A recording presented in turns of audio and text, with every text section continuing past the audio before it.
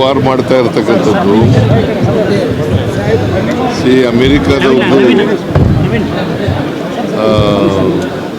ನನ್ನ ಪ್ರಕಾರ ಖಮೇನಿ ಮೇಲೆ ಮಾಡಿರ್ತಕ್ಕಂಥ ವಾರ್ ಇದೆಯಲ್ಲ, ಇರಾನ್ ಮೇಲೆ ಮಾಡಿರ್ತಕ್ಕಂಥ ವಾರ್ ಅನಗತ್ಯವಾದದ್ದು. ಏನಾದ್ರು ಇದ್ದರೆ ಈಗ ಒಂದು ಕಡೆ ಶಾಂತಿ ಮಂತ್ರ ಹೇಳ್ತಾರೆ ಅಮೆರಿಕದ ಟ್ರಂಪು, ಇನ್ನೊಂದು ಕಡೆ ಯುದ್ಧ ಮಾಡ್ತಾರೆ. ಇದು ತದ್ವಿರುದ್ಧವಾದಂಥ ನಿಲುವು. ಇದನ್ನು ನಾನು ತೀವ್ರವಾಗಿ ಖಂಡಿಸ್ತೇನೆ. ಖಮೇನಿ ಅವರು ಹತ್ಯೆಯಾಗಿದ್ದಾರೆ ಅಂಥೇಳಿ ಟಿ ವಿನಲ್ಲೆಲ್ಲ ಬರ್ತಾ ಇದೆ. ಇದು ಖಂಡನೀಯವಾದಂಥ ಇದು. ಮತ್ತು ಅವರ ಆತ್ಮಕ್ಕೆ ಚಿರಶಾಂತಿ ದೊರಕಲಿ ಅಂಥೇಳಿ. ನೀನು ಕೇಳಿಸ್ತಾ ಇಲ್ವಾ? ಹಾಂ, ಇನ್ನೂ ವಯಸ್ಸಾಗಿಲ್ವಲ್ಲ ಏನಿದೆ?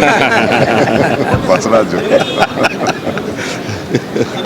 ಖಮೇನಿ ಹತ್ಯೆ ಆಗಿದೆ, ಅವರ ಆತ್ಮಕ್ಕೆ ಚಿರಶಾಂತಿ ದೊರಕಲಿ ಅಂತೇಳಿ ನಾನು ಪ್ರಾರ್ಥನೆ ಮಾಡ್ತೇನೆ.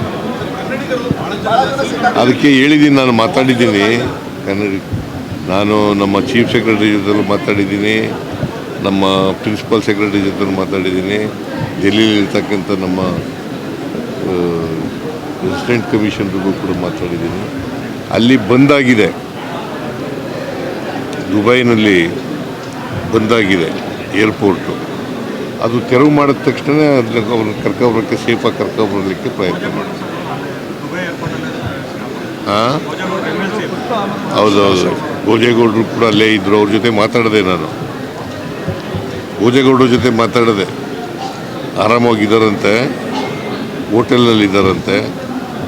ಅದರಿಂದ ಇದಾದ ಮೇಲೆ ನಾವು ಇವ್ರ ಜೊತೆಲೂ ಟಚ್ನಲ್ಲಿದ್ದೀವಿ. ವಿದೇಶಾಂಗ ಸಚಿವಾಲಯ ಟಚ್ನಲ್ಲಿದ್ದೀವಿ. ಸೊ ಅದರಿಂದ ನಾವು ಯಾರಿಗೂ ತೊಂದರೆ ಆಗದ ರೀತಿಯಲ್ಲಿ ಸುರಕ್ಷಿತವಾಗಿ ಕರ್ಕೊಂಬರ್ತಕ್ಕಂಥ ಪ್ರಯತ್ನವನ್ನು ಮಾಡ್ತಾಯಿದ್ದೀವಿ. ಎಲ್ಲರೂ ಕನ್ನಡಿಗರು, ಬಳ್ಳಾರಿಯವರು 35 ಜನನ ಎಷ್ಟು ಜನ ಇದ್ದಾರೆ?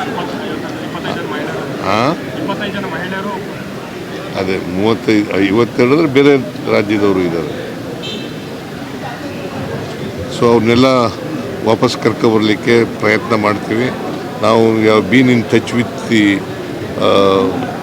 ಫಾರಿನ್ ಅಫೇರ್ಸ್ ಇದು ಸಚಿವಾಲಯ ಸೆಕ್ರೆಟರಿಯೇಟ್ ಜೊತೆ ಟಚ್ನಲ್ಲಿದ್ದೀವಿ. ನಾನು ಚೀಫ್ ಸೆಕ್ರೆಟರಿಗೂ ಮಾತಾಡಿದ್ದೀನಿ, ನಿನ್ನೆ ಮಾತಾಡಿದೆ, ಇವತ್ತು ಮಾತಾಡಿದೆ, ಬೆಳಿಗ್ಗೆನೂ ಮಾತಾಡಿದೆ. So all our Indians are safe in Dubai. ಅದೆಲ್ಲ ಬಂದ ಮೇಲೆ ನೋಡಿ.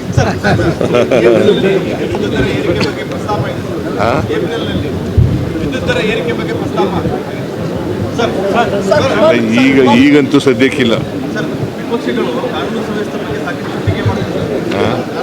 ವಿಪಕ್ಷಗಳಿಗೆ ಬೇರೆ ಏನು ಕೆಲಸ ಇಲ್ಲ, ಇವ್ರಿಗೆ ನೀವೇನು ಕೆಲಸ ಇಲ್ಲ, ಟೀಕೆ ಮಾಡೋದೇ. ನ್ಯೂಸ್ ಫಸ್ಟ್, ನಿರ್ಭೀತಿಯಿಂದ ನಿಮ್ಮ ಪರವಾಗಿ.